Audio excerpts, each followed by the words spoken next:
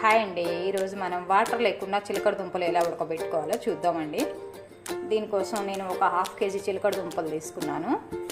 చిలకడ దుంపలు బాగా శుభ్రంగా కడిగి పెట్టుకున్నానండి. దీన్ని ఒక మందపాటి మూకుల్లో కడిగి పెట్టుకున్న చిలకడ దుంపలన్నీ వేసుకొని స్టవ్ మీద పెట్టుకొని స్టవ్ వెలిగించి ఈ స్టవ్ సిమ్లోనే పెట్టి ఉడికించుకోవాలండి. హైలో అస్సలు పెట్టద్దు,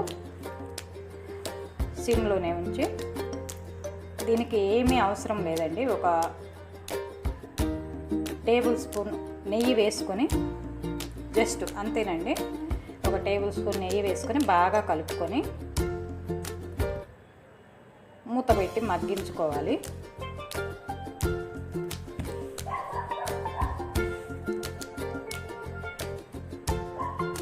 ఒక 5 మినిట్స్ మూత పెట్టి మగ్గించుకోవాలి. 5 మినిట్స్ తర్వాత చూశారు కదా, ఇలా ఉన్నాయి. ఇంకా కొంచెం ఉడకాలండి. మళ్ళీ ఒకసారి కలుపుకొని ఇంకొక 5 మినిట్స్ మూత పెట్టి మగ్గించుకుందాము.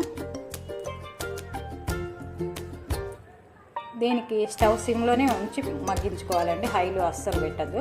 ఒక 10 మినిట్స్లో మనకి ఉడికిపోతాయి. చూశారు కదా, ఇలా ఉన్నాయండి, ఉడికిపోయినాయి.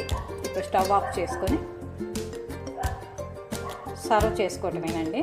ఒకసారి చూద్దాం ఎలా ఉడికిందో. బాగా ఉడికిపోయినాయండి, చాలా టేస్టీగా ఉంటాయండి. నీళ్లు లేకుండా ఉడకటం కదా, ఆవిరి మీద చాలా బాగుంటాయండి. మీరు కూడా ఒకసారి ట్రై చేయండి.